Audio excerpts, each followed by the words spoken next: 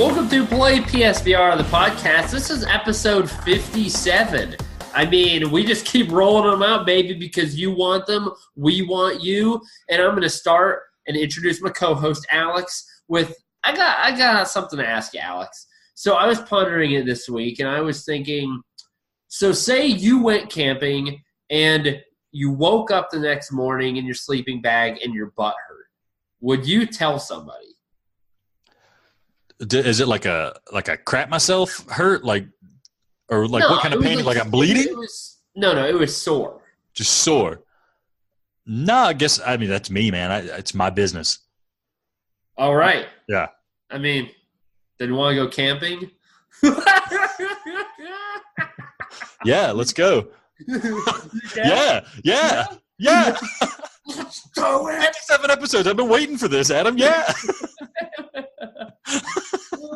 You do know it would be like butt sex. That's the joke, right? Oh yeah. Oh yeah. Oh yeah. I'm pitching a tent right now. And I was playing Tetris the other day, and I got 2 erectionuses. No, but seriously though, before we played in the Golden Stream, I played, and I don't like that game, but I was like, I love that first I'm Yours Forever, and I freaking that second song, Pharaoh's Code, MF, dog. That's the best level in the whole thing. So I played it again, played on normal mode, 2 perfectionuses. I couldn't believe it. It was awesome.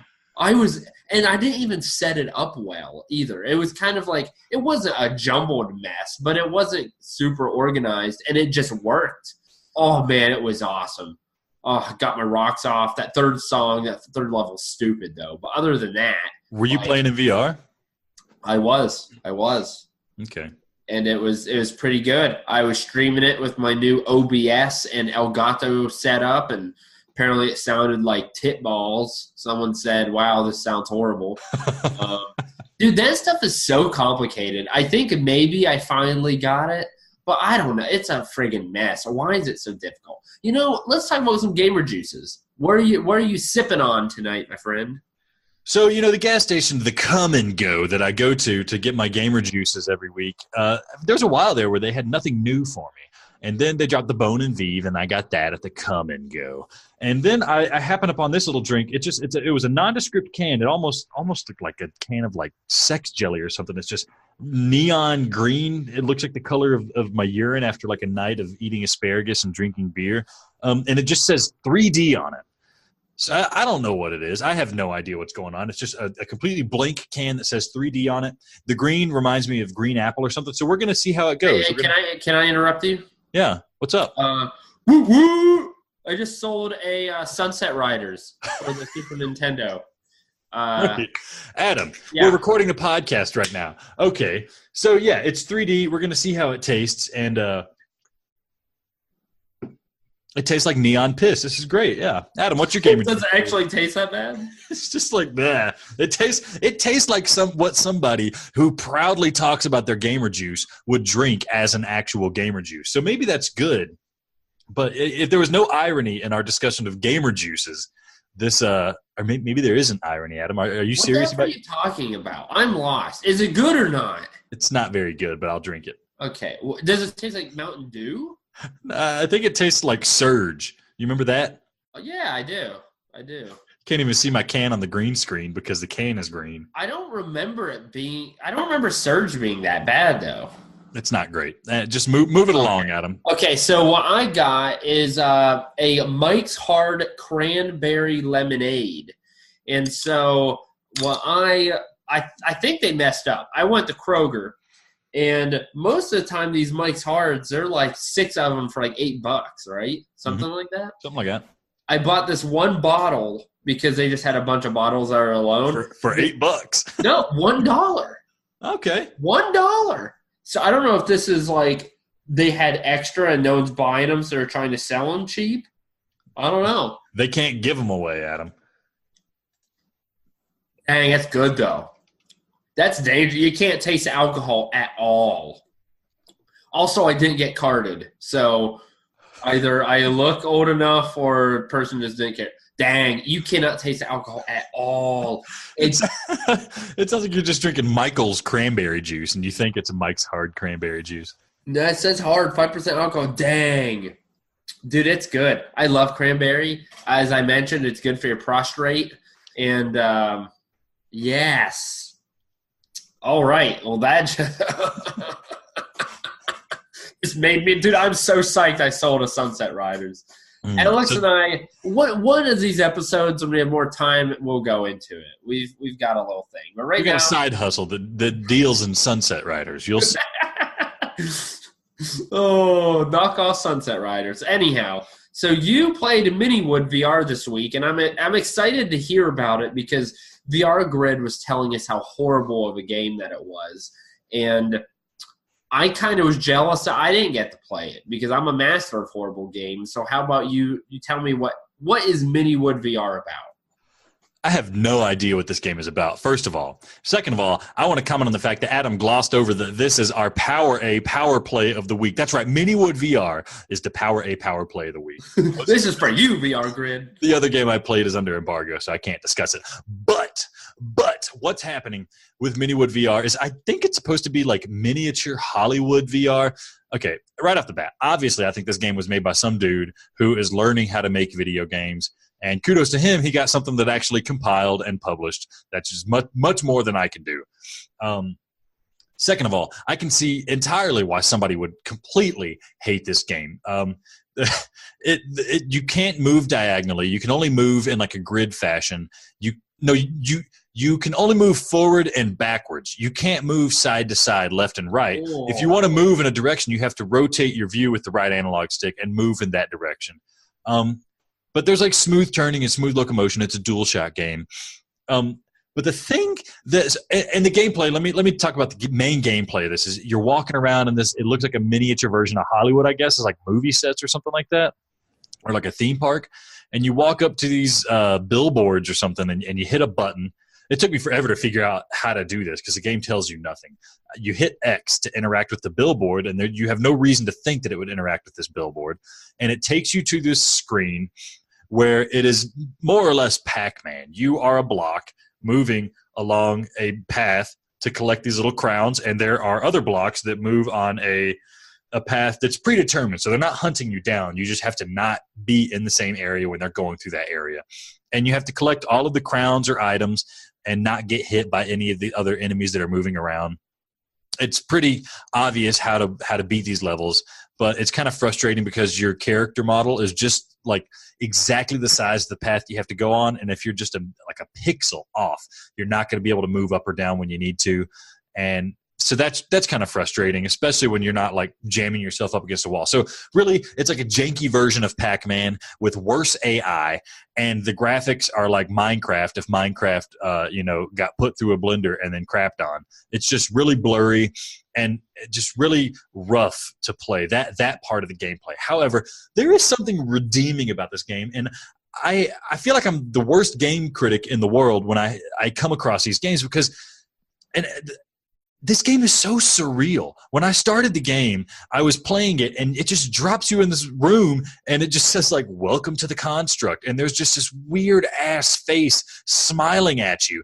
And the room is like a tutorial, but you don't know that. And you finally figure out how to move around, and there's random X's and O's, like PlayStation controller buttons, and they're not telling you what they do. They're just there. They're just sitting on a table. And you just move around with a DualShock, and you finally get your bearings. But then it's like you don't really know how to start the game. I didn't know how to start the game. I was looking at all these different things in this room, like a miniature map, like I'm supposed to be able to do something with that. I don't know. There was an option screen. If I got close enough, I could adjust the options for, comfort settings and speed and stuff like that. Eventually, I figured out I had to hit the touchpad to start the game. I just was kind of jamming any button I could find. But then when you start the game, you're in this theme park, right? Like I'm talking about. And like as you get closer to some areas, music kicks in and sometimes it doesn't. I was getting random trophies that I didn't know why I was getting them. I guess I was looking at something that I was supposed to be looking at. There's little notes on the ground that just say random things. The game is spooky as hell because you're just getting it's like busted carnival music that pops up in your ear when you're walking past this weird smiley face that's like blowing like one of those dancing balloon guys on a used car salesman lot. And I think I didn't know this when I first started playing the game. I play all my VR games at night. I think the game has like a daytime, nighttime cycle that is based on what time you actually play the game. So the game was really dark when I was playing it because I was playing it at like 10 o'clock at night. And I have no idea what's going on. There's like weird statues everywhere. And I don't know if I'm supposed to interact with them. I walked into like a Western set, like where there's, like a billboard for a Western movie, and things just nothing makes sense in this game, and it all combines. It's just this really odd experience. It's like an Eraserhead type of a game. Like you want to tell yourself that there's something there, that they're trying to push for something. I really don't think they are. I don't want to give them the credit for that because the actual gameplay they make you play is just not very fun and not great. But whether they meant to or not, I play this game and I just get like the heebie-jeebies in a weird way. I don't know how to describe it. It makes me feel odd. It makes me feel uncomfortable. And if the controls weren't frustrating, I would have a wonderful time going through this like crack house, haunted house, Miniwood VR construction that this guy has made. I don't know what drugs he's doing. I don't know what's going on. It's not a great game. Really don't spend more than like $2 on it is my suggestion. If this is like $5 or under and the controls were fixed to where I could move side to side, it's just a little bit better, a little bit more intuitive to move around, I could recommend this game. But as it stands, it's just kind of like a not very fun. And if you're not like me, you're not really into this like weird stuff, you're probably not going to enjoy the game. If I had to give it a point, I would give it a weird out of 10. This game gets a weird out of 10 as its rating. Adam, do you have anything to say about Miniwood VR?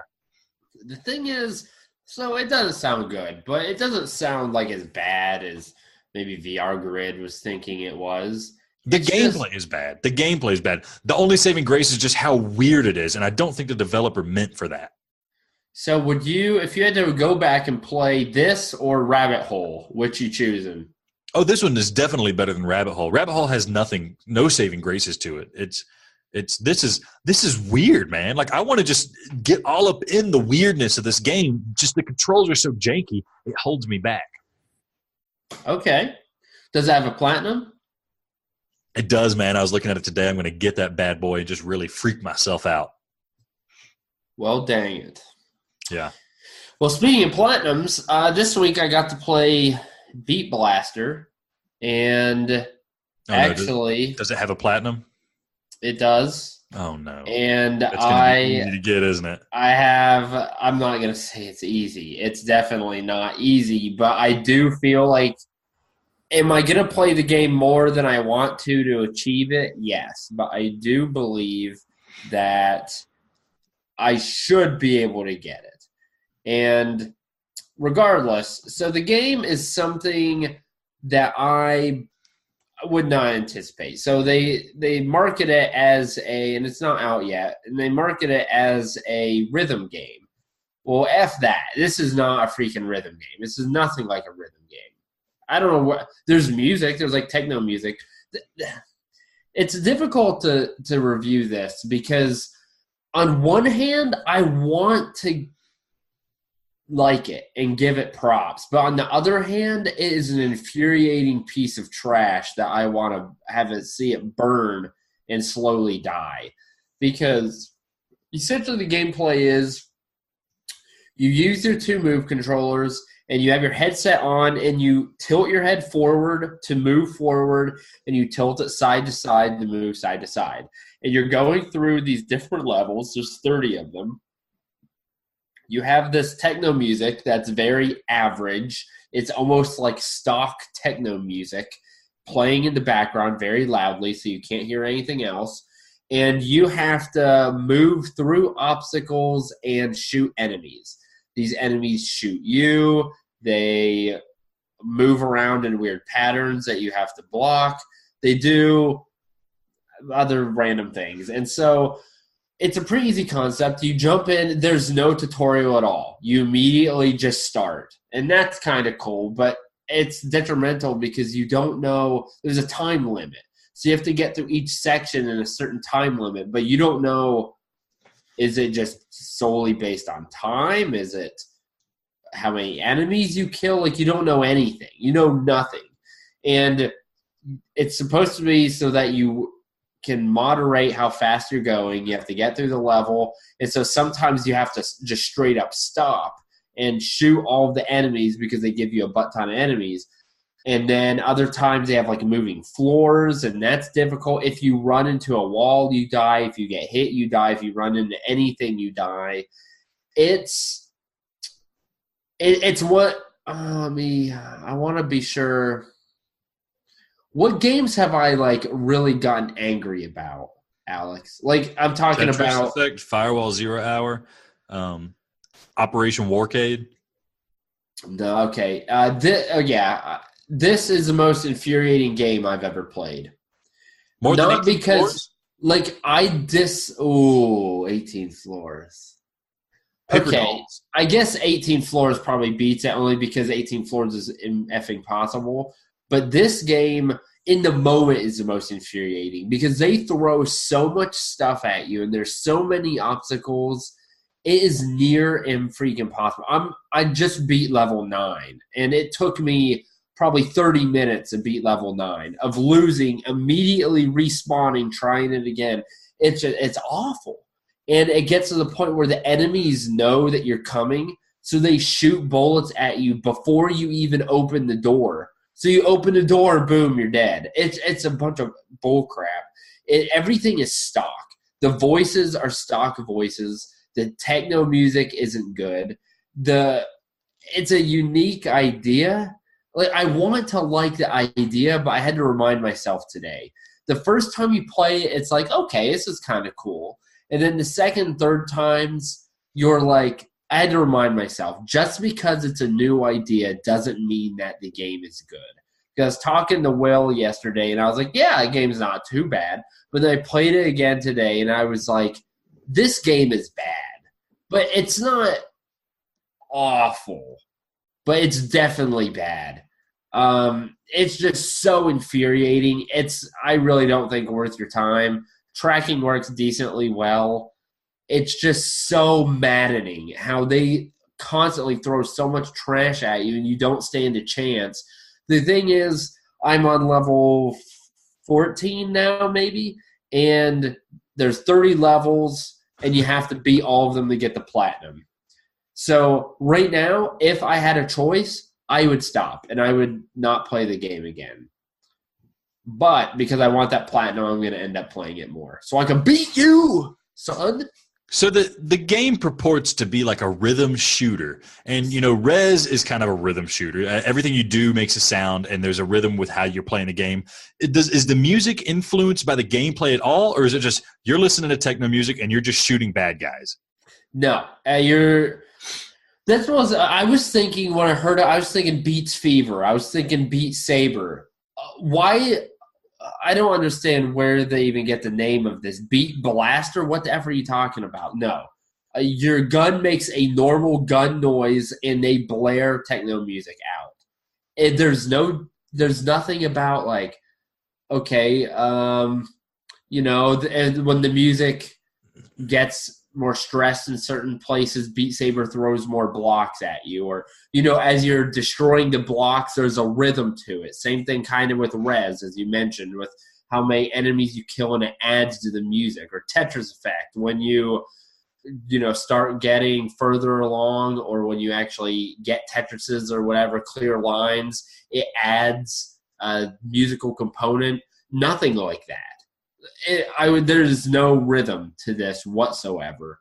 All it is you move your head back and forth. It's like Danger Ball or Proton Pulse for either VR Worlds or just Proton Pulse the game, but you're moving forward and a wave shooter. Like, it's actually not a bad concept.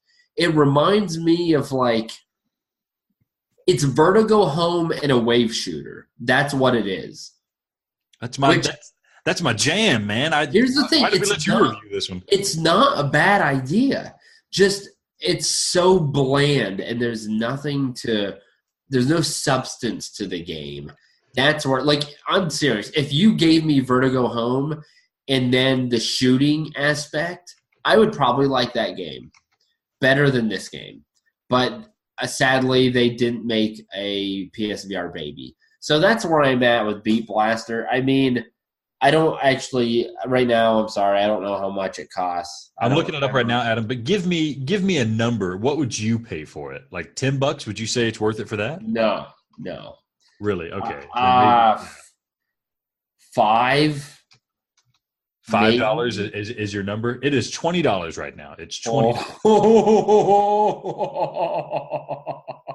Yeah, I'm not gonna take that plunge. No, do not do it. Also, with only 30 levels, I mean, granted, levels are freaking hard as tits once you get to a certain point. I mean, I'm only at level 14, I'm not even halfway done, but there's not that much content either. So you're not even getting like real bang for your buck. Obviously, there's leaderboards that you could climb, but I'm not a big guy who's like, oh, I need to get a high score. $20. I cannot endorse that price. So, well, without belaboring the point and talking about this too much, Adam, recently with the Vertigo Home stuff where I loved it and you hated it, I've thought maybe we have just very, very different takes on games. And getting ready for the Platinum Challenge, I've bought some games that you have come out as hating and I haven't played yet. And we're going to see how I feel about your opinions after I play these games. I'm not going to tell you what they are because I don't want you influencing me any more than you already have. But let me just tell you, like in the next couple weeks, we're going to find out if you're really spot on or if you're just a total idiot. So be looking out for that. I don't understand. I'm going to murder you. Why will you not play Stifled? You're playing these other games. You don't. Does Stifled have a platinum? Oh my gosh, I don't know. Well, if it doesn't have one, then I'm not going to play it, you idiot. Actually, I do think it has one because I was like, oh, I'm going to platinum it because it's one of my favorite games, which is kind of what I do. Easy platinum. It's going to be like hold your breath for 20 seconds. You get a platinum. Stifled? Yeah. No, I remember I wasn't going to go for it because it was going to be very difficult. And I knew it wouldn't count for the challenge. And it's going to count for me, man. It's going to count for me. If you want to spend your time, it was difficult. You're not getting it. Okay, so the next thing we want to cover is on Reddit this week. We had a post for a free physical version of No Man's Sky.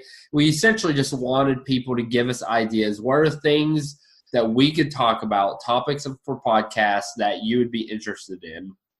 A bunch of people gave suggestions. We appreciate that. Granted, I'm going to assume most of it was because you wanted the free game, not because you actually wanted to better the podcast.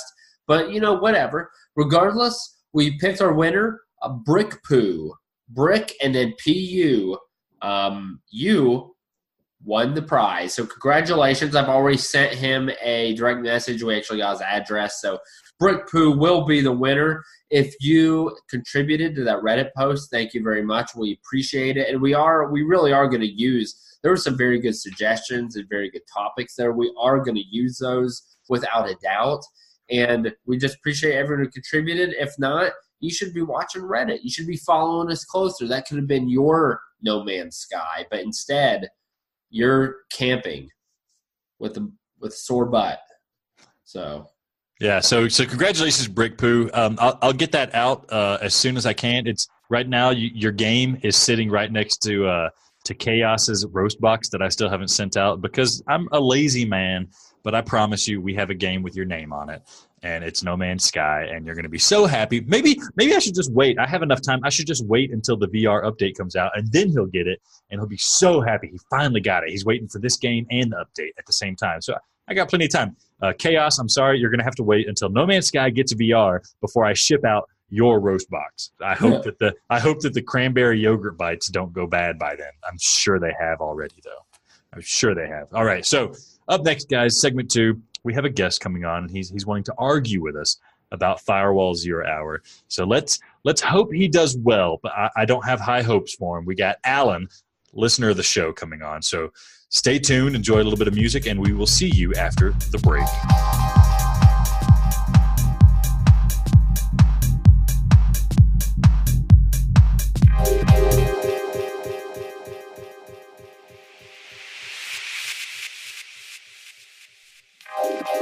All right, and welcome to segment 2 of Play PSVR, the podcast. So let me tell you, a couple weeks ago, we got an email from a listener, and he told us that he had some hate for us because we have been hating on Firewall Zero Hour way too much. Now, if you watched the Golden Stream this week, you might have seen why we hate Firewall Zero Hour too much. This is the reason we actually gave it a chance on the Golden Stream, is because this wonderful listener contacted us and said he wanted to set us straight. He wanted to come on the podcast and fix our crooked opinions of Firewall Zero Hour. So we have Alan here to discuss Firewall Zero Hour. Alan, how are you doing tonight? I'm good, yeah, very good. Delighted to be here. Is it morning there? Is it night there? I'm terrible with time zones. It's very late. It's like 10 to 4 in the morning here. Oh my! You are a champ. Yeah, thank you for doing this. I'm just after getting off a long session of Firewalls. So you're okay. Great for us. Okay, well, before we begin and we start pelting you with questions, I got a joke for you. So, I guess in general, Alan, if you went camping and you woke up the next morning and your butt hurt, would you tell anybody? Yeah. Dang it! Okay, well, it was no. And I would ask him, or I would ask you if you wanted to go camping. Oh, Adam.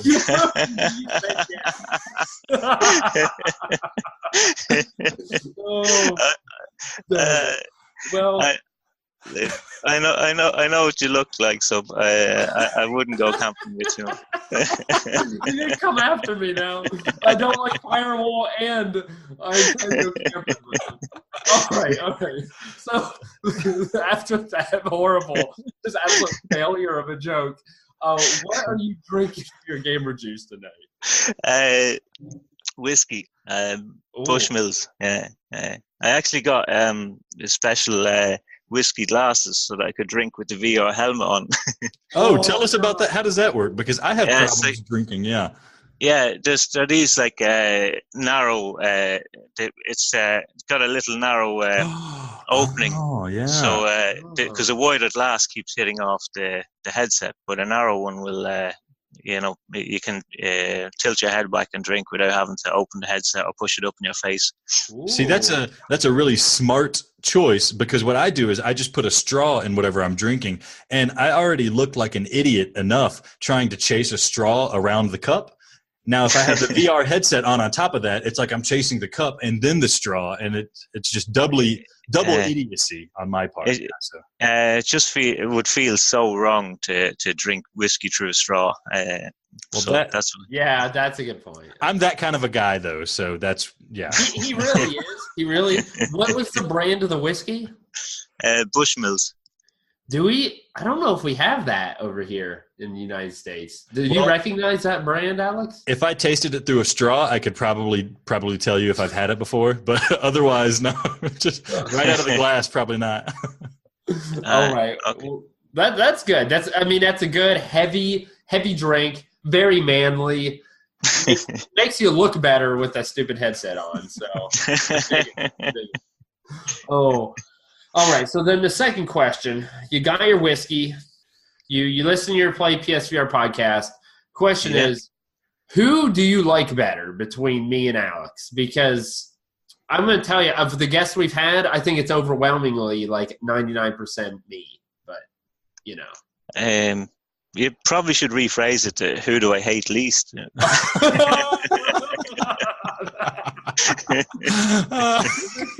That's good. All right. Beautiful. No, I'm only messing. I love you. No, but who do you hate least? I need to know this. I won't sleep for a week if you say him. No, it's like having kids, man. You can't choose. Oh, okay. You can't go camping with us? You can't choose? Oh, yeah. You probably like Adam more because I still crap myself every once in a while. So. That's hilarious. That's a joke about me being a kid still, but yeah, I don't really crap myself, people. Anyway, prove it. Oh, I've heard some pretty raunchy things over the past 57 episodes we've had through this mic, dude. I've heard most of them are your opinions, but they sure sound like crap. Oh, goodness. Come on. Okay, so let's get into the meat potatoes of this bad boy. We have complained about Firewall Zero Hour. We've complained about it a lot. There's a large fan base that loves Firewall, so it's not just you. But as a lover of Firewall, I want to hear your arguments and what you love about the game that offset some of the complaints that turn Alex and I off. Okay. Well, I think you have to put it into perspective. The PlayStation VR, it's like completely new. You have a really small player base, and nobody knew what the secret sauce was going to be, what was going to work, what wasn't going to work. Most people thought at the beginning you were going to have to play games, like developers were going to have to develop games where you would be sitting down, like London Heist and rail shooters and that kind of thing. So no one knew what the big game was going to be that was going to be able to draw players in to first-person shooters and work so that people wouldn't get motion sick, and developers had to worry about keeping matchmaking and with such a small base. So when you put that into perspective, there's you can't judge Firewall on the kind of games, ordinary first-person shooters like Fortnite or not Fortnite, but like Call of Duty or Battlefield or anything like that, because they don't have the same player base. So and no multiplayer game on the PlayStation VR has a decent player base. Like there's nothing you can, if you play Werewolves Within or Rigs or any of the other ones, you almost have to organize to meet up with people to play. So when you're playing Fortnite or Firewall, there's always people there, but the matchmaking is still hard because you've got such a small player base. And one of the main reasons for that is it's respawn. It doesn't have a respawn mode. So like it's when you die, you're dead, and you have to wait for the next match. So there's 3 minutes between each match. Like, so that means that the matchmaking takes longer because you can't just jump in the middle of a match in the same way as you can on like Battlefield or that what's it called? You could do it in Honor and Duty. Honor and Duty is what I'm talking about. Yeah, okay. That's what I'm talking about. Yeah. You can, but that's because it's like a respawn, so you can jump in the middle of the match. But the difference there is you're comparing like a game of checkers to a game of chess. You know, like it's real fast food. Like it's over in seconds. You're anonymous on the battlefield, and you don't have to worry. You can talk, you can stream, you can mess around. You don't really have to worry because you know you're going to be respawned very quickly. In Firewall, you can't mess around. It's like chess. It's very tactical. You have to work together. You have to talk to each other, communicate, and it's really intense. So every life is in each round is really important. So you can't just run and gun like you can in the other games and know you're going to be alive in 2 seconds later. Like, so that's one of the reasons why I think that you guys don't like the game, and because you're streaming and you're talking, and you really have to concentrate. And I know you don't like having to wait to get to the next next round and everything else. But if you stayed alive long enough, I like that little jab. Okay, so you're an experienced player. You enjoy the game. So does the fact that we ignore the connection issues and all that stuff. So you mentioned it'd be about 3 minutes between matches. Yeah. Does that like bother you? Do you just like sip whiskey and wait, or like what do you Yeah. do? I just No, hate well, that like wasted time. when you're on the cameras, you're an integral part of the game as well. Because I'll give you an example. I was on my own. I was against 3 of the top 10 players. I took a screenshot after I did this. I had guys on the comms watching the cameras, and they were feeding me intel. And I picked the 3 guys from the top 10 off one by one on my own and won the match, turned the match around and won it. And I wouldn't have been able to do that without the guys on the cameras who were already dead. And they were like feeding me the intel, telling me, okay, stay where you are. Okay, run forward. Do you ever see that bit in The Matrix where Morpheus tells Neo to run through the offices? Oh yeah, yeah. Because yeah, and he guides them. It's kind of like that, you know. You're getting fed. You know exactly where to run. Right, run now. Stop. Turn right. Turn left. Yeah, and it's really intense. Your heart's pumping. There's only you against the other team. You know you can swing it, and if you do it, it's really really sweet. There's nothing sweeter than being on the last one alive and winning the match for your team, especially when they're all there like trying to help you and rooting for you. So that's one of the biggest reasons why I love this game. Another thing is that communication and that teamwork. You don't get that with the likes of Battlefield or Honor and Duty and other games like that, because those games lend themselves more to younger players who scream at you that they boned your mom the night before and that you're a camping pussy, you know. So I feel like that's what I did on the Golden Stream. That's how I play. I don't know what's wrong with that.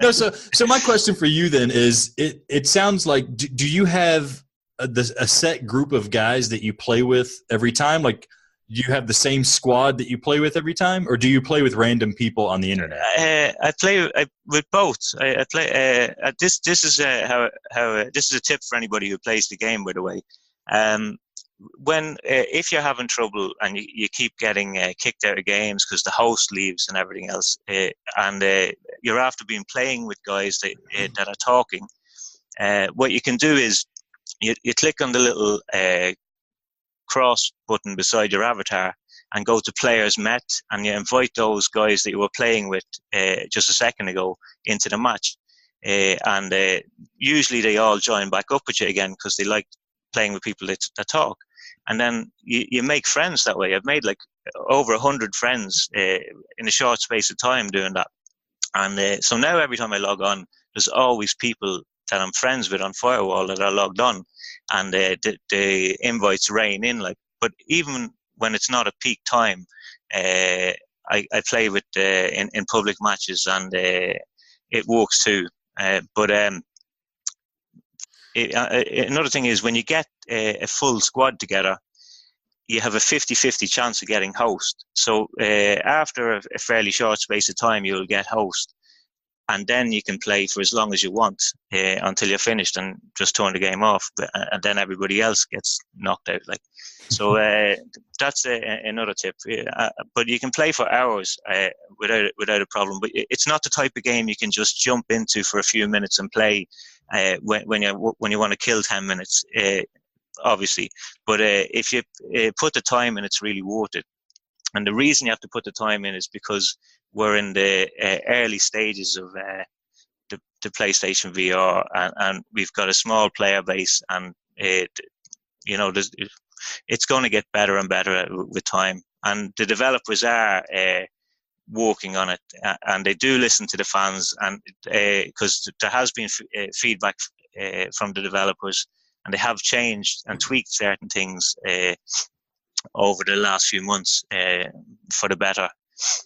Sometimes when they make a tweak, though, it throws something else off, so it's not easy. For example, they made matchmaking recently, which means that noobs play with noobs and level 50s play with level 50s, and so on.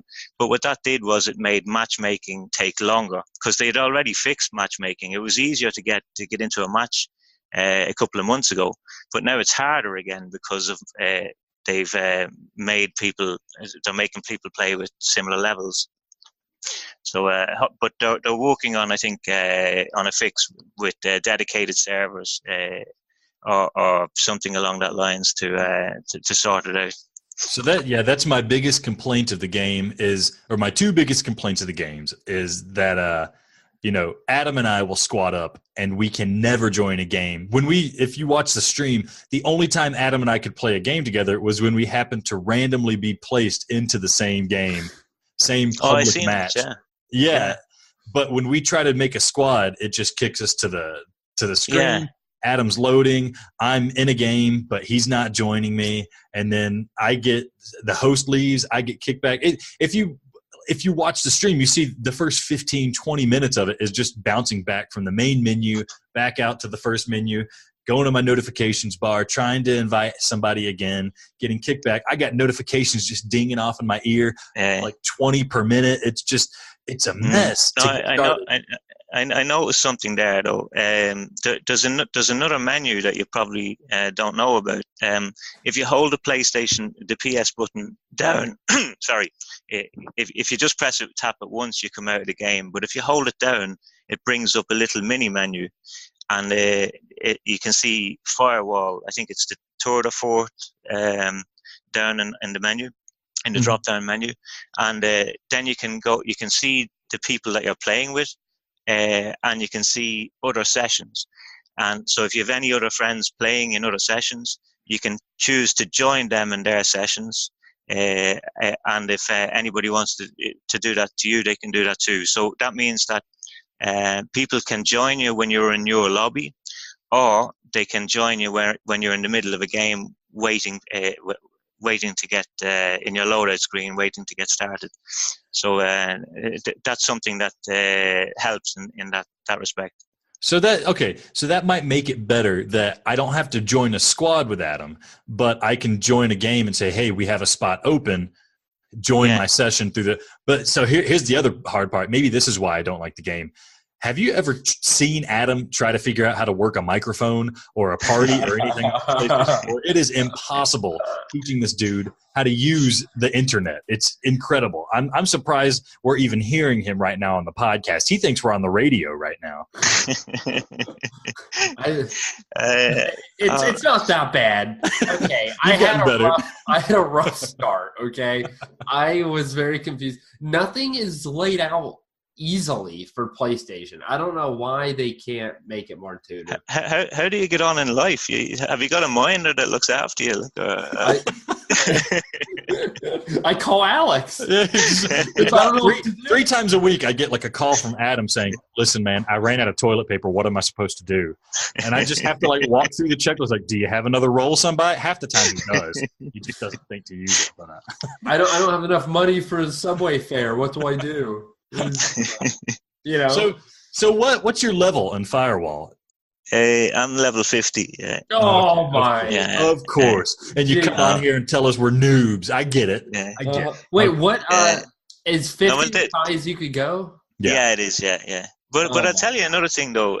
When the community is really friendly towards noobs, new players. When we get if you jump into, I mean, there are dicks. You're going to get them in every game, but the majority of people that are high level, they will let you get the intel, they will let you get the laptop and the firewall so that you get the XP so that you can level up, and they will give you tips and tricks to help you in your gaming, and because that's a really good thing about the community. They're a really nice bunch of people. There's a lot of them. They have leagues, and some people even meet up in real life and play paintballing and soft air. And there are a lot of people in the UK that do that. So I would do that. I would shoot people with paintball guns. Yeah. Well, that's what I'd probably last longer. That's what this game feels like to me. Is like virtual paintball. I think only better because you got grenades and it's a lot more tactical things you can use. But so another thing that bothers me is that The game has been out. I don't remember. Do you remember when it first came out?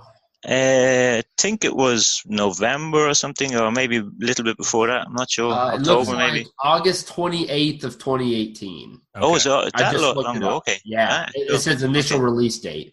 So my thing is, we played it. I mean, I'm gonna be honest. Wednesday when we played it for the Golden Stream was the first time I've played it in a long time. But from that time, they had one new map. I know they've added new like characters, but Yeah. like, where's the other content? How are they not updating Yeah. things? How is there not different game modes? How are there like, I don't understand why some of these connection issues are still a thing. You Yeah. mentioned the fact that they did change and they're now grouping us with experience level, which I think borderline saves the entire game for me because like me versus you, there's no way. There's just no way I'm going to win. I get picked off in one shot and then I'm definitely going to quit then because then I wait 3 minutes, not fun. But does it bother you as an avid player that they aren't? I mean, how hard is it to add Yeah. a new map? Or like, does it bother you? It is frustrating, but the thing is, the what you know, the cosmetics that they're selling, like in the updates, they have like new characters and everything else. Mm-hmm. They charge for those because they don't want to charge for the map because they don't want to split the player base. And that's the same reason why they don't have different game modes as well, because that would fuck the matchmaking up even more. So, but they had a very small team in the beginning, and they are recruiting. You can see it on the page that they've advertising for it, and they've been bringing in new people to try and meet the demand because nobody knew what was going to work on PlayStation VR. Nobody knew what was going to kick off. You know, like people thought a Bravo team was going to be good. You know, Yeah.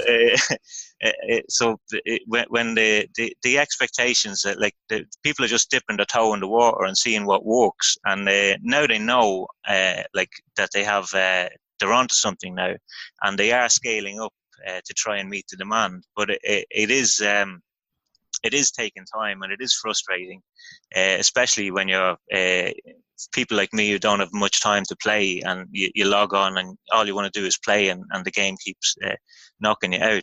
Mm-hmm. But in fairness though, the most length of time I've had to wait to get playing, I think is about 15 minutes before we could play consistently. So, there are new maps coming, and like I said, they don't charge for the new maps. They're giving it free. Like, you know, I bought the game for the equivalent to about $30, and they are giving us free stuff still. So I'm happy, but of course a little bit frustrated at times with some of the problems. So you actually bring up an interesting point, and I guess it's kind of a question they have to answer themselves is, what are you going to do? Because you have people like me and Adam, and I don't think we're the only ones who don't want to play this game unless they add more game modes to it, because this dying after 30 seconds and then waiting 3 minutes and then getting kicked out to the menu, it's not working for us. But you're right when you say that, you know, if you add another game mode, that splits up the player base. If you play Honor and Duty, you see there's nobody playing Battle Royale because you can jump in and play the team deathmatch right away. There's no player base for the other game modes. So I wonder how many people are sitting on the sidelines waiting for another game mode, and if they've crunched those. I guess there's no way to find out how many people are waiting there. But it just seems like at some point they're going to have to take the plunge and decide, you know, we're willing to take the hit to the player base because we have to progress. You know, if they ever want to make a Firewall 0 Hour 2, they're going to have a similar situation where it's like, well, we don't want to lose Firewall 0 Hour 1. Right? Maybe Firewall 1 Hour would be the sequel. I don't know. But they need to figure out some way to shore this up. I don't know what the answer is. Luckily, I'm not a developer, so I get to just yell at them and not actually come up with a solution. Yeah. But if you look at the graphics on Honor and Duty and compare them to this, I don't think they would be able to have with 4 versus 4, it works, but barely. You're running on original PlayStation 4, which So playing a game with the likes of Battlefield, the graphics would have to be like something you would have on a potato of a computer to actually work like. So I think this type of game lends itself well. Another thing is the reason that they have a slow-paced game is to help. They didn't know what was going to work with people getting motion sickness. That's the thing you took up in the last the podcast where you were talking about Firewall as well, about that Reddit post from the developer. What he was actually talking about with the motion sickness and the waiting times was not having to wait long to get into matches. He said it was a deliberate choice to make. When you're picking your loadout and it takes 1 minute, instead of having a ready button, they make you wait that whole minute. And that was because they wanted to give people a rest, so that to try and have fewer people motion sick. So, but they are thinking about implementing a ready button in the future, so that you can, as soon as everybody's, So, but in fairness though, that did work for me. I got motion sick from playing Farpoint, and I could only play like around 10 or 15 minutes at a time. I've never been motion sick playing Firewall since the beginning, and it's worked perfectly for me. And I think the slow pacing, walking around slow, creeping around, camping and hiding and stuff, the game really lends itself well to VR for people who are sensitive to motion sickness. So that's another good point. Yeah, when I saw the updated Firewall, they had the additional map, they had the matchmaking where you played similar experience levels, that made me feel like I could go back and play a little more of it. I don't know. I still feel like Honor and Duty, you can just go out there. And you're right. If I die within 10 seconds, which definitely happens sometimes, big deal. And like being able to just go out there and dick around, essentially, that's what I find fun. I guess that's a difference. I've only gunned down once. I gunned down 2 people and won it for my squad, and they helped me. And that was it's a very cool moment. But yeah, I think at some point that, like you mentioned, it's like chess and checkers. They're different games. Some people like chess, some like checkers. I mean, hopefully, do you see them at what point? And I wonder about developers a lot, in which, like, First Contact, they obviously at some point want to release another game. So do you think at what point are they going to move on? Do you think they're just going to continually sustain this game? Or, I don't know, what's your thoughts as like an avid fan of the game? I definitely think they're going to this is just a complete opinion. I haven't heard anything whatsoever about this, but I would imagine that they would continue to grow this game and the fan base for the rest of the life cycle of the system, the PSVR PlayStation 4 PlayStation VR system. I think when the 5 comes out with a new headset, they'll probably bring out something different. What it's going to be, I'm not sure. But I really do like this style of gameplay, though. The very first multiplayer game I ever played in my life was called SOCOM on the PlayStation 2, and that had exactly the same type of tactical. When you die, you're dead. You really had to work together, tight squads and everything else, and I absolutely loved it. And there was a brilliant community there as well. But these type of games, you have to invest a bit of time in them.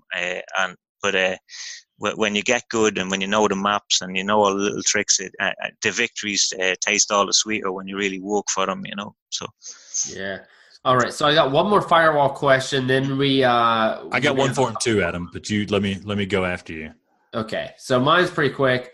I know it's going to be impossible, but if you just had to guess how long it took you to reach level 50, like how many hours that you've had to play to reach that level. Again, I know it's going to be a complete guess because, I mean, only God knows. But if you had to take a stab at it, how long?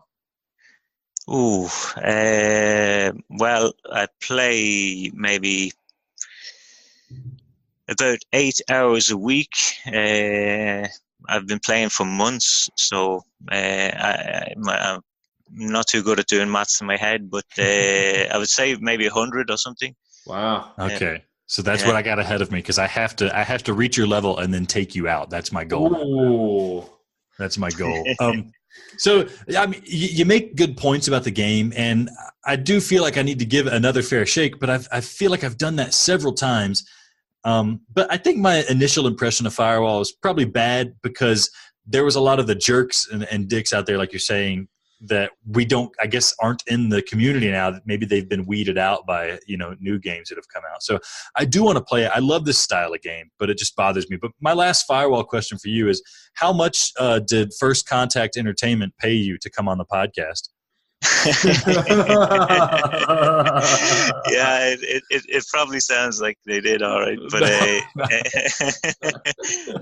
honestly, I have no affiliation to Force whatsoever. You're talking to one of those dicks on the internet right now. Yeah. The guy over there. All right, so because we do have to wrap up, and at this point, you've got to be running on fumes. It's got to be over 4 a.m. there.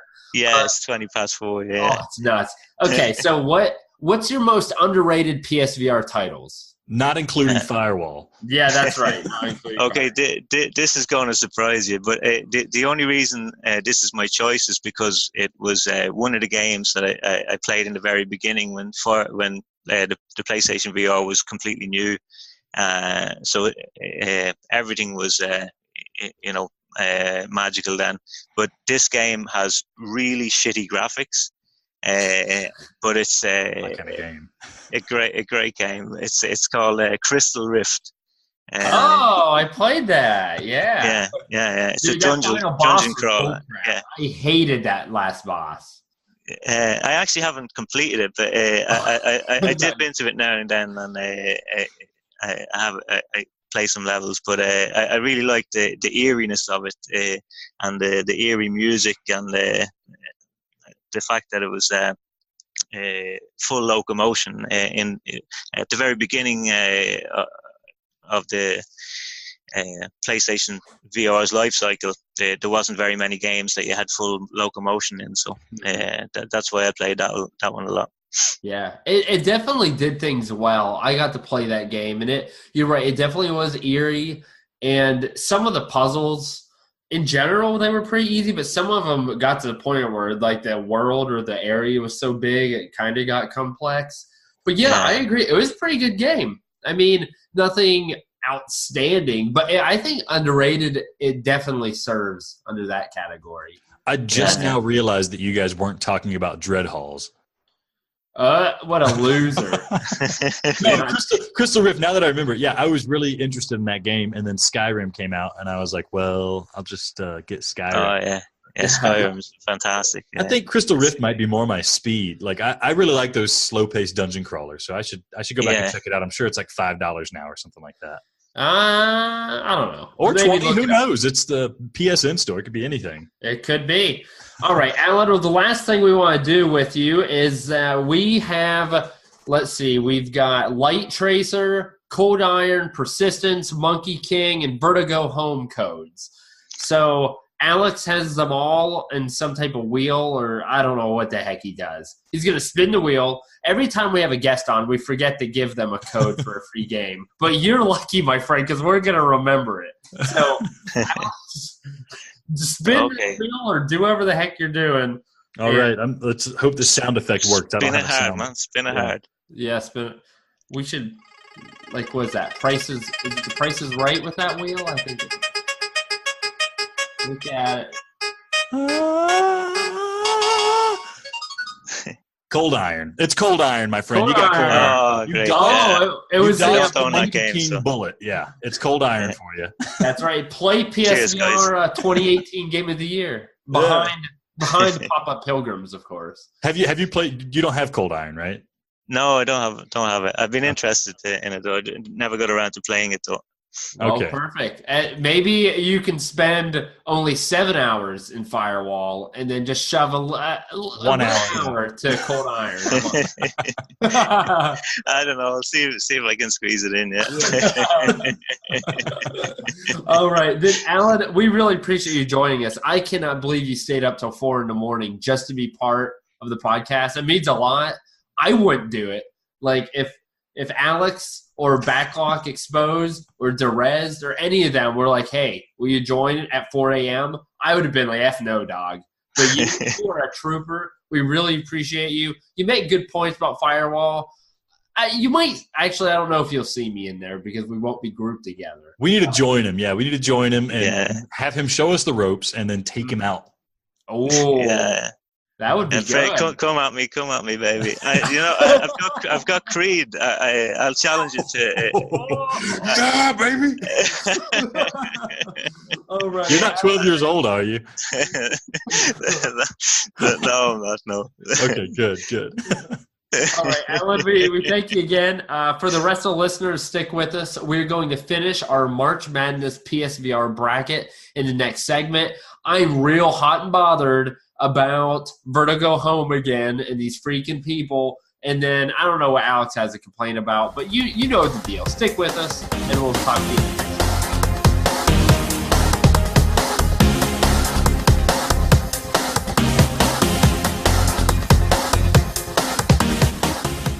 We thank you, Alan, for – I mean, I'm not going to lie. I still don't think I'm going to play much more Firewall than I already have. But you know what? You make some very valid points.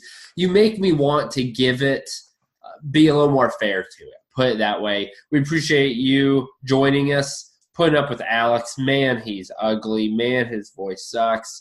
But you know what? We got some business to attend to, Alex. Do you got your business pants on? I have my business pants on. I don't have my business dice pulled up yet, but I'll get that in short order. Dude, get the heck ready, son, because this is the PSVR March Madness. So as Alex and I speak, the second of the two Final Four games is actually completing, and now we have our Final Four contenders for the PSVR March Madness bracket winners. So we're going to actually go all the way through and decide who the winner is this weekend, just like they do for March Madness. So our first is Skyrim versus Chromagun. So for me, I love Chromagun. Chromagun is much more of a game where you get home and maybe it was a long day at work. You just want to chill, think a little bit, hear some freaking awesome music, and just smoke doobs and play a game. That's perfect game. Skyrim obviously is much lengthier, much more in depth. They've done some amazing things, and although I would love to choose Chromagun, Skyrim just provides too much. It's too much. I think Skyrim's a better game. Okay, so last time I mentioned how oh man, Skyrim's so much. If it was the only game I had, that's why it's going to win because it's just so much content. But here I am thinking we have that $10 rule. If both of these games were $10, and I dropped $10 on Skyrim, I dropped $10 in Chromagun, and I spent 30 minutes in each one, the game I'm going to come back to is Chromagun. It's fresher. It makes me feel better about being in VR. I want to pick Chromagun because I have a better experience playing it. Skyrim offers cool stuff, but you really got to do a lot of your own legwork to make Skyrim the magical experience that it can be. And I don't know, man, the aim controller works so well. I was a huge fan of Portal. It's just something I'm happy we have in VR. Dude, you got to think about it. You're thinking too much. This isn't desert island gaming, man. We're not thinking about being on a desert island. Which is the better game? Skyrim is the better game. I don't agree, and that's why we have the dice roller. I hate you. The dice roller is coming up. What are your three numbers? You're going to be 1, 2, and 3, okay? No, that's not fair. You can't tell me what numbers I want to be. All right, what are you going to be? I want to be 1, 4, and 5. 1, 4, and 5. All right, here we go. It's a 3, baby. Yeah, I win. I'm 2 and 3. Skyrim's going. Chromagun goes to the next round. No. I want to see proof. Show me your screen. Oh my goodness! This is great for the listeners, guys. This is what you guys want to see. We're gonna get the emails up the butthole today because nobody emails us. It's gonna be Alan emailing us again, asking us why we're not playing Firewall right now. Thank you. Right there, this is such bullshit. Share my screen. That's a big old 3 way right to ruin the whole thing, Alex. Okay, the second game is Ultra Wings versus Resident Evil 7. Game over, Resident Evil 7. All right, we both agree Resident Evil 7 is the winner here. Ultra Wings is putting up an awesome fight, but it doesn't hold a candle to Resident Evil 7. So if we get a 6 or a 5, Ultra Wings is going to – because based on the fact that it made it this far, Ultra Wings obviously has some talent and weight behind it, so we're going to give it a 2 out of 6 chance that it's going to win. Here, we're rolling the dice. If it's a 5 or a 6, Ultra Wings moves on. Otherwise, it's Resident Evil 7. I love that. Oh, it's a 5! No way! Oh my! Well, now all the upsets happen right now. It's so stupid. And that's what makes March Madness amazing. It's almost like an April Fool's joke. It's March Madness. I got 2 erectionuses. Oh my goodness. How stupid is this segment that we're doing that it has come down to Chromagun versus Ultra Wings knocking out Resident Evil 7 and Skyrim in the last 2 rounds. I feel like we lost. Chromagun for the win. Oh my goodness. I'm serious. I would rather play Chromagun. Ultra Wings I think could be cool, but Chromagun has that awesome music. It's got the puzzle. I think I like Chroma. It has got the aim controller, dog. I will say I think Ultra Wings may be more immersive. I think if you were to have a person come over and play PSVR for the first time, Ultra Wings would be the game to put them on between these two. But personally, I like Chrome again, so I'm going with it. So here we have Adam talking out of his ass because he's only played one of these games. And we have me talking out of my mouth because I've played both of these games.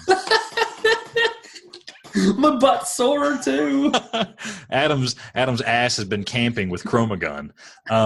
So I think Ultra Wings is a better PSVR game. Chromagun might be a better game. And, you know, both of these games have a flat version now. But I think in VR, Ultra Wings is the better game. It's got more life to it. It's got something. Even if you beat it, you're going to want to go back and play it again because you just want to fly around, man. You want to fly around in the variety of craft that this game has to offer. So for that reason, I'm going Ultra Wings. Adam, are you still going to go with Chromagun? Without a doubt. All right. So, Adam, pick the numbers. I'm not going to say anything. Pick the numbers. Okay, I am going to say. Oh my goodness, Adam! Just say the numbers. 2, 4, and 5. 2, 4, and 5. We're rolling. It's yes. a 2. Chromagun. I'm so mad. This is the stupidest. Oh my! Everybody knows. Chromagun wins it all, baby. Oh my god! So that settles it. Let's go.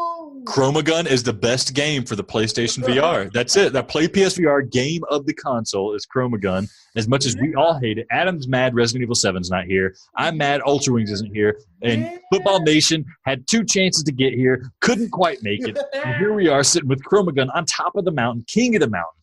Oh, I honestly didn't think we'd get here. I thought it was going to be a Resident Evil 7 sweep. Thank God for the dice. On the bottom, now we here. Now we're here. Congratulations. You just created the best game for PlayStation Virtual Reality. Best PSVR game of all time. It has been decided until we decide to do this again, maybe 3 episodes from now because we run out of segments to do. So, awesome. But we just had all those topics. Yeah, That's right. We'll do a March Madness of topics to discuss what topic we're going to cover next. Oh, that'd be good. How about right now, the topic we talk about is news. Okay, so I already broke the seal on this one. First piece of news, we're going to go fast here. Ultra Wings is getting a flat version. And so, homies, let me tell you, if you want to play Ultra Wings in flat, but you have PSVR, buy the game now. Quickly, now. Buy it in PSVR. That way, when it comes out in flat, you get both versions. That's right. BitPlanet Studios, they're going to give you a free version of Ultra Wings flat mode if you own the VR version now. But once the game comes out in flat, if you only buy it, you're only going to get the VR version or you're only going to get the flat version. But if you buy it now in VR mode, you'll be able to do it. I think the game goes live Tuesday, so hopefully you're listening to this Monday. I'm going to try to publish it on a Sunday so you guys can get in there, get in the store, get it in VR so you get the flat version for free. Come on, guys, do this. It's a great game. It's a great game. You deserve to buy it in VR, and the flat's just going to be nice to jump in. It's an extra bonus. You want to do it. You want to do it. Do it, guys.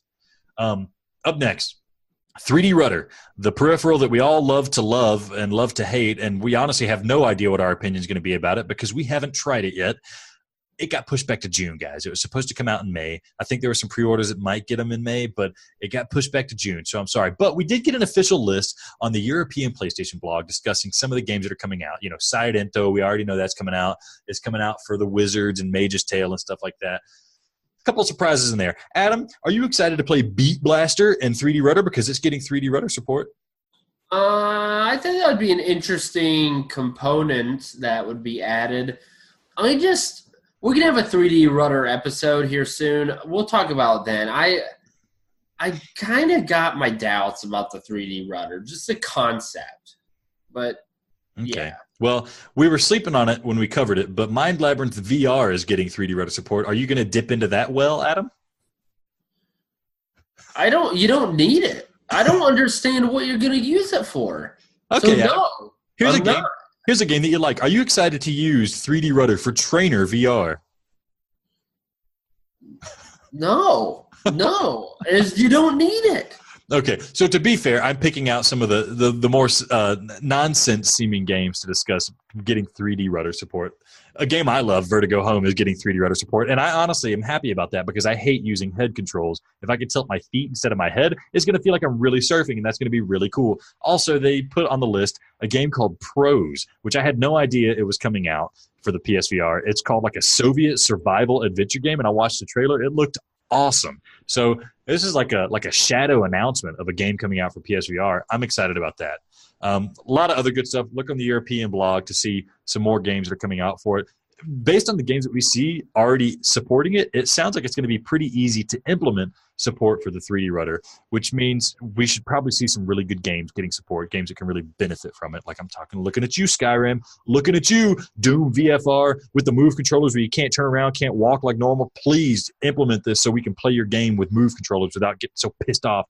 All right, up next, moving to breakneck speed, Iron Man VR. People hated on this. The trailer, they hated it when it came out on State of Play, but then there was an embargo on the previews. People actually played the game, and they say it is awesome. Apparently, the developers of this have figured out some way to do 360-degree tracking with the PSVR. It's got some voodoo in there. It's got some predictive motion to figure out where your hands actually are. So we don't know how they're pulling it off, but the GIFs or the GIFs or the videos that I saw of this game makes it look awesome. It's apparently almost like a sandbox thing. I'm guessing like, what was it called? Megaton Rainfall. It looks like almost like Ace Combat is what it looked like, honestly. And it looks awesome. It looks really fun. The 5-second clips that I've seen got me even more hyped for it than I already was. Camouflage, I'm trusting you. I know you guys can do some good work, and we're looking for this game more eagerly than ever. Up next on the list, last piece of news, GameStop. So who was it? I think it was Capato or maybe Mizzou. Somebody, maybe it was Bob. I don't know. Somebody told me on the Golden Stream that GameStop has now upped the price of No Man's Sky. It was $10. I bought it used for $14. Somebody recently went to GameStop to get No Man's Sky. They charged them $18. Oh my God. And also on top of that, I'm pretty sure GameStop's going bankrupt now. Their stock just like went directly into the toilet like the past couple of days. And I like to think it's because of the hate that PlayPSVR has been dropping on them. So that's right. I'm sorry for the guys that work at GameStop. You guys, you're nice enough, except for when you're trying to stiff me on the. Oh my God, it pisses me off. So I'm not even going to get into it again. Trying to give me a fake price when I got the box 15. Gosh, freaking idiots! No wonder you're going to lose out and go bankrupt. Go work at a local mom and pop shop. You're going to get treated better. You're going to get paid better. Other than that, games coming out next week. Adam, we got Falcon Age coming out. First-person, single-player, action-adventure. You are Ara, and you learn to hunt, gather, and fight to reclaim your cultural legacy in the lost art of falcon hunting against a force of automated colonizers. Bond with a baby falcon and go on an adventure. Adam, are you looking forward to this game at all? It comes out next week. Seems like a game you would like. Not really my style. So you're gonna play it. We'll tell you what it's about next week. I don't know. It just doesn't seem like it would be that my type. I don't give a crap. I want to see. I want to murder somebody.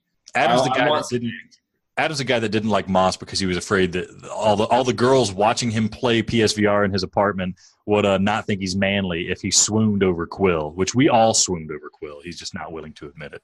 So, yeah, I'm excited about Falcon Age. The animation looks top-notch. The gameplay looks way more fun than I thought it was going to look from the first screenshots I saw. Looks like a decent action-adventure title, and there's a flat version, which means they probably fleshed out the gameplay so that it's not just gee-whiz VR when you're playing it. So I'm excited about it. Can't wait to tell you more about it next week. All right, that does it for me, burning through the news as fast as possible. Adam, are you ready to air out your grievance? Yeah, here's my thing here. Okay, I know I've already talked about Vertigo Home, and I hate Alex, but here's the thing that's really aggravates me. This week, Trucker VR made a public tweet that was like, hey, we're giving out codes. If you stream, if you do reviews, if you do anything, let us know. We'll give you a code. Before that, very few people had talked about Vertigo Home. VR Grid, I think Will, Alex, no one those are the only ones that really talk about Vertigo Home. It was a very small game. No one mentioned it. You didn't see anything on YouTube. You didn't see stuff on Twitter. Then they start handing out these free codes, and now everyone is talking. And not only are they talking about it, but they were talking about how good the game is. And it's starting to freaking tick me off. Here's the thing. It's not good. Okay? I hate these people who sugarcoat this stuff, who don't talk crap, who don't tell the absolute truth about a freaking game because they don't want to hurt the developers' feelings because they're afraid they're not going to get freaking codes. Okay, I understand that some people like games that I don't. That's perfectly fine, but you cannot convince me. Alex, I know you quote-unquote like this game, but deep down, you know the game isn't good. You like it for not the same reason that the developers wanted you to like it. You like it because it's freaking weird and it's stupid, and you're essentially laughing at it with how bad the music is, how stupid the gameplay is. The visuals are stock photos, and it doesn't make any sense. You like it because it's easy to make fun of, and it's a fun game to make fun of. That's why you like, and that's fine. But going on Twitter and talking about how the developers are thinking forward in PSVR, now it's a quality title and all this crap is it's balls. There's a difference between being professional and being honest. You don't need to be a dick. There's no reason that I guess I'm just a dick. There's no reason you need to just be like, this game is complete freaking trash. Even though, yeah, it's not great. But come on, you're telling me that everyone loves this game, and now everyone, after not being interested in it, but now they get a free code, and now they're like, oh, I love me some Vertigo Home, Trucker VR. I mean, this isn't Servios or someone who's putting out a ton of good quality games. A game, it's not addictive. It's not fantastic. It's not a crazy amount of fun. They're not talented. This is all the things that I've seen on Twitter after people I know got free codes. Are you kidding me? It's so obvious that you only put that stuff because you got a code right after they were like, hey, look, they are begging people to play this freaking game. They are giving out codes left and right because no one's playing it because it's a bad freaking game. It doesn't look good. It's not fun. It's anyone who actually would have to pay for the game can obviously tell this game is trash and it's not worth my $10. Heck, it's not even worth the $2 freaking it was last week because it was on sale.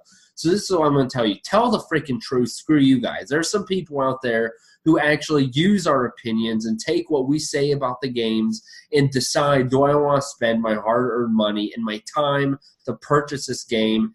And you tell them, yeah, Vertigo Home. You give it 8. That is stupid. It's a lie, and you're scared. You're afraid you're going to get someone all upset. Be like VR Martin. Just say it. Who effing gives a crap? Would people hate you? Yeah, but just freaking say it, man. It's bullcrap. The game sucks. Play it 10 minutes and throw it in the trash. F you. F you, Alex. F everybody else.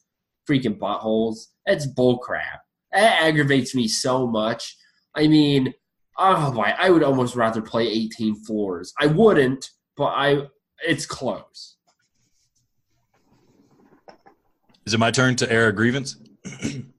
Yeah. That was a good one, Adam. You took a big, long sip right after I got done. Thanks for the dead air. Dead air. It's better than you trying to figure out 3 numbers off the top of your head. My goodness. Okay. My grievance this week is so here's what happened is Vertigo Home, we reviewed Vertigo Home. I gave it a great score. I really think that the developers were trying to do something weird, and nobody was talking about Vertigo Home. Nobody was discussing it. I saw a couple reviews. I think VR Grid talked about it. Will talked about it a little bit, and I reviewed it, and nobody was really talking about Vertigo Home, and so I guess they weren't selling too much. And then suddenly they come out and they say, hey, all streamers, all content creators, we got about 50 codes we're giving away. And so anybody who contacts us to stream or give away codes, we're going to give them a code. And suddenly everybody comes out of the woodwork and they're like, oh no, I played Vertigo Home. It's the best game ever. It's the most wonderful game ever. These guys, they're just sucking off the teat of the free codes. They're not even giving an honest opinion. I was the one who said the game was a work of art from the get-go. I was the one. Don't come around just reading my review and then coming around and copying my review. That's what these guys are doing, man. They get the code. They don't want to write their own review, so they go and read my review, and they copy my review, and they're like, oh, Alex likes it? Then it must be an awesome game. I'm just going to say the same thing he did. I'm pissed off because people they copy what I say, man. I'm a trendsetter, and I don't want people to not acknowledge that I'm a trendsetter. Vertigo Home is a work of art. Adam might not get the subtleties of it. Yeah, it's a game that I like to make fun of, but the developers obviously are making fun of the game as well. Have you gone to their website? Their website, it says, watch footage of Vertigo Home. You click it. It's just some dude doing a Twitch stream. He's got like 3 views on it. These guys are not taking their own game seriously, except they actually are because they optimize it an insane amount to get it to run at the incredible speed that it runs. The developers, their Twitter presence is hilarious. They just have the face of some random dude. I have no idea who it is. And they're not trying to win any prizes or anything like that. They're just trying to give away the code and get people to play this freaking game that they put together because it's like these guys are having a good freaking time. They're not trying to save the world. They're not trying to sell you something like Wizard or Mage's Tale. This epic story, this fantasy action. You can cast spells and you're going to be a wizard. This one just says you can get in here, you can play this game, or you can Vertigo Home, and then bam, hit you with this music. We're not going to give you the soundtrack because we made this music ourselves, and it sucks, and it sucks so bad it's good, and it's so bad that it's good that it actually ends up being good when you play the game. Also, you can go on the store right now. The game is $2.59. There has never been a better deal on PSVR. But anyways, I digress. I'm just talking about it. My airing of grievance is you buttholes. You think that you have these good opinions. You think you understand this game. You don't understand this game. I understand this game. I'm the one who played this game and put it forth as the hero of the PlayStation Network for the time being, for the Q1 of 2019. Actually, we have a good game now that you can play, and you guys just read my review and you regurgitate my opinion. I'm soft serving my opinion right into your mouth, straight from my opinion rectum, and then you're just chewing it up and spitting it back out like it's your own. No, guys, I'm the trendsetter. Go to Trucker VR's website. Read the first quote on their website. You go to truckervr.com, read that quote. It says, play PSVR. Vertigo Home is a work of art, and I stand by that statement. I'm the #1 quote on their website because I'm giving an honest opinion. I am the real Vertigo Home G. I'm the original gangster of Vertigo Home, and don't you forget it. And Adam, don't you forget who you're dealing with, man. Vertigo Home is the real deal. Don't you talk trash about it. Game sucks. You suck, man. You suck. You suck. You suck. All right. Well, are you done, Adam? You got all your grievances out? You guys are idiots. I can't trust anybody. I can only trust myself. I don't trust anyone else's reviews because you guys don't know what the F you're talking about. You're idiots. You're a bunch of idiots doing reviews out here. Hide your wife, hide your kids. We got idiots all up in here. It's a good one, Adam. You sounded good. You sounded just like Vertigo Home soundtrack. Exactly. That's the problem. All right. Let's wrap this thing up. We're getting too loopy. That's it for episode 27. My goodness. Episode 57 of Play PSVR, the podcast. I just want to give you guys a heads up. We are transitioning to a different host. So if there's any blips in your podcasting, your way you subscribe to us, that's because we're moving from a different provider, a different host. So hopefully there's no issues for you. I don't foresee any issues, but if things are seeming weird, that's why. It should be sorted out very shortly. We're also changing the website up. We're getting rid of the old website, and we're going more focusing on the podcast. That's what we enjoy doing, and we hope that's what you guys enjoy as well. So the playpsvr.com website's not going to be around for a little bit, but we're going to bring it back up post-haste. as fast as we can. We're going to get something back to you. So you can just go to the website and listen. Rather, right now, for the time being, you can go to playpsvr.libsyn.com. You're not going to remember that, but that's fine. We'll be there, I think, in a week or two. We're going to get the domain transition, so you'll be able to hear us there. Also, on top of that, we are on Spotify now, you guys. And if you have a PlayStation 4, you might have to have PlayStation Plus. You can listen to Spotify anytime you're playing a game, which means it's very easy now. You have no excuse to not listen to Play PSVR, the podcast, while you're playing PlayStation VR. And if you're listening to anything else, if you're playing Firewall 0 Hour and you're talking to your friends, you're wasting your ear space. You shouldn't be talking to your friends. You should be pretending that you're talking to Adam and I, and maybe a little bit of Alan as well, while listening to Play PSVR, the podcast on Spotify while you're playing PSVR. Just do it, guys. It's great. It's gonna boost our ratings, and we're all gonna get rich if you do it, including you as a ground floor investor on the Play PSVR podcast. So thank you for listening to Play PSVR. Tell your friends, tell your neighbors, tell your dogs, tell your knobs about our podcast if you love it, and please keep in touch. You can contact us at playpsvr@gmail.com. You can hit us up on Reddit. Our name is PlayPSVR. You can check out our Play PSVR Golden Streams on YouTube. We do it Wednesdays at 9:30 Eastern Time, 8:30 Central. Sorry for everybody in Europe. It's going to be hard to catch us unless that's a convenient time for you. I don't know how to do subtraction, so I can't figure out what time that is for you. But we got a lot of chatting going on. We got some good people talking to us, and we love playing these games. If you got a game you want to see on the Golden Stream, let us know. We'll try to work it in. And I think we got something special cooking up for the next month or so with regards to some of the game streaming.